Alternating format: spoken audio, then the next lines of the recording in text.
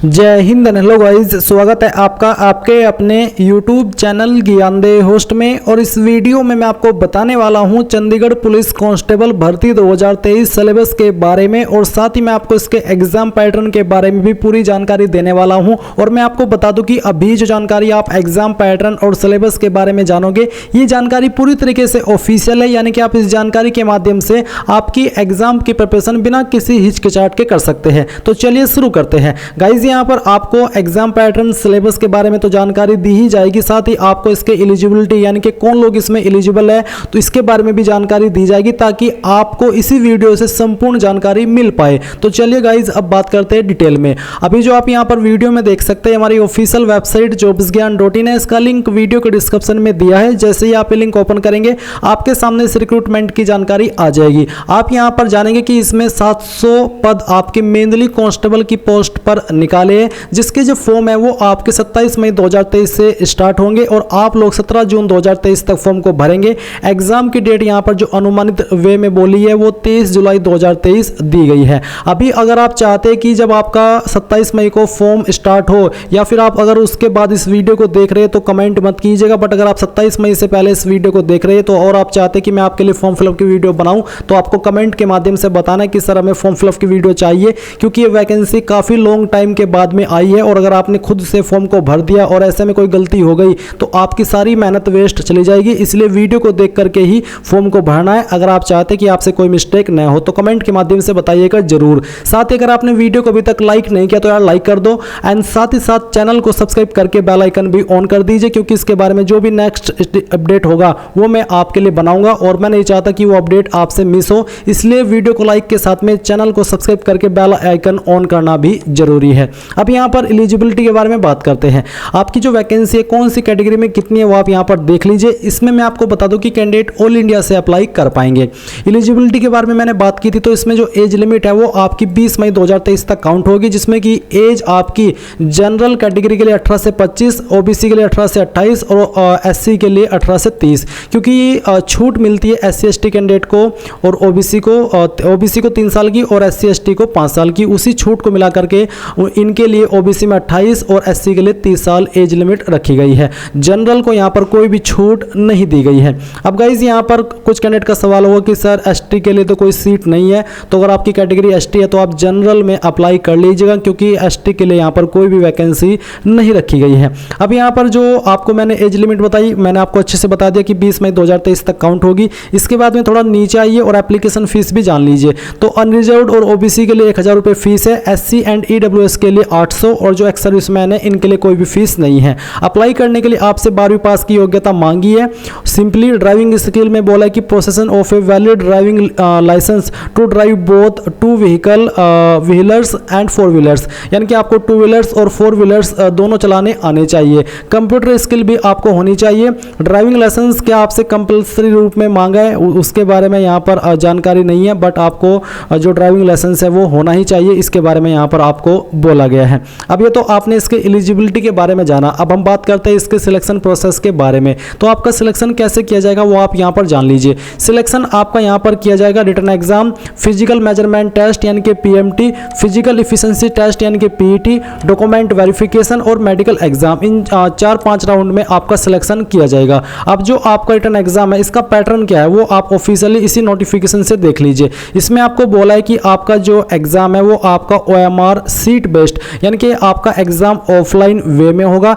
Exam आपका 100 marks के लिए होगा। साथ ही यहाँ पर प्रत्येक क्वेश्चन के लिए आपको 1 नंबर दिया जाएगा। इसी के साथ में गाइज जो आपका क्वेश्चन पेपर है ये मल्टीपल चॉइस का रहेगा, यानी कि जहाँ पर आपको एक क्वेश्चन के लिए 4 विकल्प दिए जाते हैं, उसी टाइप का आपका ये पेपर है वो होने वाला है, जिसमें से एक विकल्प सही होता है। साथ ही जो आपके मन में सवाल आता है कि क्या निगेटिव मार्किंग है, तो हाँ इसमें निगेटिव मार्किंग है, जो कि आपकी 0.25 की है। यानी कि अगर आप 4 क्वेश्चन गलत करते तो आपको आपका ऐसे में 1 नंबर कट कर दिया जाएगा, जो कि आपने सही आंसर दे करके कमाया है। एंड गाइज इसके अंदर निगेटिव मार्किंग है, ये मुझे बताते हुए और आपको यहाँ पर समझाते हुए काफ़ी बुरा लग रहा है, क्योंकि गाइज जिन कैंडिडेट के अंदर तुक्का मारने की अद्भुत कला है वो इस अद्भुत कला का यहाँ पर खुल करके प्रदर्शन नहीं कर पाएंगे। अगर वो इस कला का प्रदर्शन करने की कोशिश करेंगे तो ऐसे में उनको लेने के देने पड़ जाएंगे, क्योंकि गाइज ये जो आपकी निगेटिव मार्किंग है ये ऐसी अड़चन आ जाती है कि ऐसे में आपको इस कला के ऊपर कंट्रोल रखना ही होता है, उसी लेवल का जैसे कि वेलकम मूवी में उदय शेट्टी भाई ने किया था कंट्रोल उदय कंट्रोल। उन्होंने कंट्रोल उदय कंट्रोल बोल करके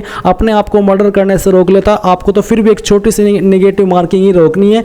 और मैं जानता हूं कि जब हम किसी क्वेश्चन का आंसर करते हैं और वहां पर जब विकल्प देखते हैं बहुविकल्पीय में, तो हमें लगता है कि यार इसका आंसर ये होगा, तो हम काफ़ी कंफ्यूज हो जाते हैं। ऐसे में ये कला हमको बार बार प्रेशराइज करती है कि इसका आंसर ये कर दे। इसी कला पर आपको कंट्रोल रखना है जब तक आप पूरी तरीके से श्योर ना हो। अगर आप बिल्कुल 100% दो ऑप्शन में श्योर हो कि इनमें से एक ना एक तो सही है, ऐसे में आप इसका थोड़ा प्रदर्शन कर दीजिएगा। अन्यथा आपको, अगर आपने इसका ज़्यादा इस्तेमाल किया आंसर पता ना होते हुए भी, तो आपको लेने के देने पड़ जाएंगे। एंड गाइस, जो मैंने आपको इस अद्भुत कला के बारे में लाइंस बोली, बातें बोली, थोड़ा सरकास्टिक वे में बोली है, बट आप भाव समझ जाइएगा और इंजॉय करके बात का पॉइंट समझिएगा।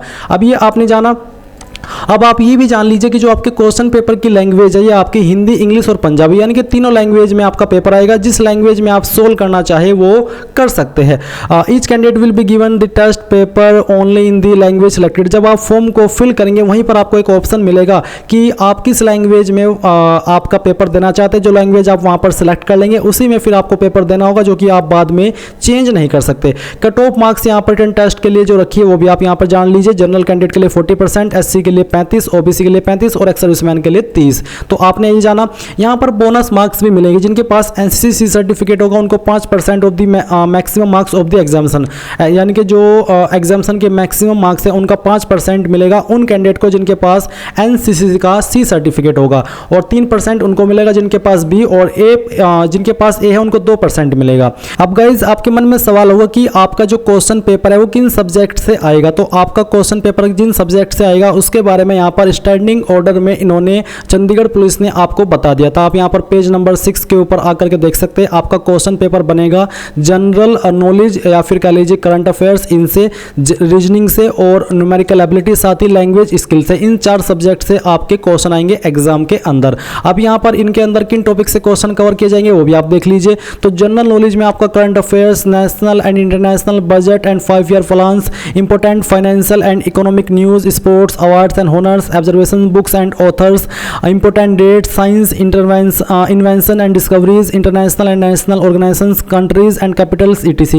यानी कि आपको इन टॉपिक्स को पढ़ना होगा अगर आप जनरल नॉलेज को बेहतर करना चाहते हैं, और पिछले 6 महीने का आपको कम से कम कवर करना है अगर आप इसमें कुछ करना चाहते हैं। फिर जो आपका रीजनिंग है, रीजनिंग में आपका problem solving, syllogistic reasoning, decision making, visual memory, judgement, non verbal series, analogies, clocks and calendar, number series, coding, decoding, direction, cubes and system. तो बेसिकली ये सभी वो टॉपिक्स है मेनली जहां से आपके क्वेश्चन कवर किए जाएंगे। न्यूमेरिकल एबिलिटी में आपका simplification, average, percentage, time and work, area, profit and loss, time and speed, investment, HCF and LCM, bar graph, pictorial graph, pie chart, इन सभी टॉपिक से आपके न्यूमेरिकल एबिलिटी के क्वेश्चन आएंगे। एंड लैंग्वेज स्किल में basically जो आपकी language है उसकी आपको नॉलेज होनी चाहिए, जिससे जुड़े हुए आपको एग्जाम के अंदर कुछ जो क्वेश्चन है वो देखने को मिलेंगे। इसके बारे में डिटेल्ड में जानकारी नहीं है कि एग्जैक्टली किन टॉपिक से आएंगे, बट लैंग्वेज स्किल से जुड़े हुए आपके क्वेश्चन होंगे। अब आपने आपके एग्जाम पैटर्न और सिलेबस के बारे में जानकारी जान ली है। अब हम बात करते हैं आपके फिजिकल एंड्योरेंस टेस्ट के बारे में। तो गाइज, यहाँ पर रेस होगी मेल कैंडिडेट के लिए 1600 मीटर की, और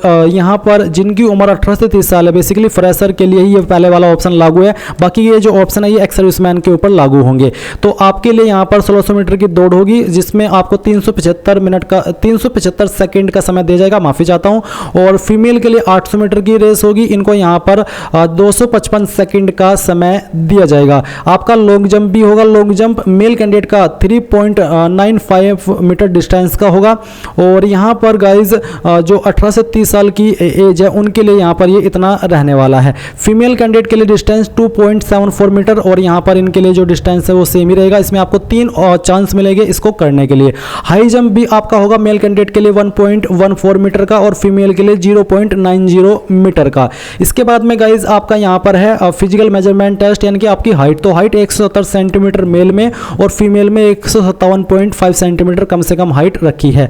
चेस्ट मेल में 84 बिना फुलाई, और फुला करके 88 हो जानी चाहिए, यानी कि 4 सेंटीमीटर का फुलाव आपका जरूरी है। एंड यहाँ पर जो जानकारी मैंने आपको फिजिकल मेजरमेंट टेस्ट और हाइट के बारे में बताई है, सेम जानकारी आप यहाँ पर ऑफिशियल नोटिफिकेशन से देख सकते हैं। फिजिकल एंड्योरेंस टेस्ट में आपको यहाँ पर पूरी जानकारी इस टेबल में दी गई है, पूरी जानकारी आप यहाँ से चेक कर लीजिए। ये जो मैंने आपको यहाँ पर आपकी चेस्ट के बारे में या फिर हाइट के बारे में जानकारी बताई है। यहाँ पर जो कैंडिडेट हिल एरिया से बिलोंग करते हैं तो उनको यहाँ पर छूट दी गई है 5 सेंटीमीटर की, जो कि यहाँ पर आपके सामने रखी गई है।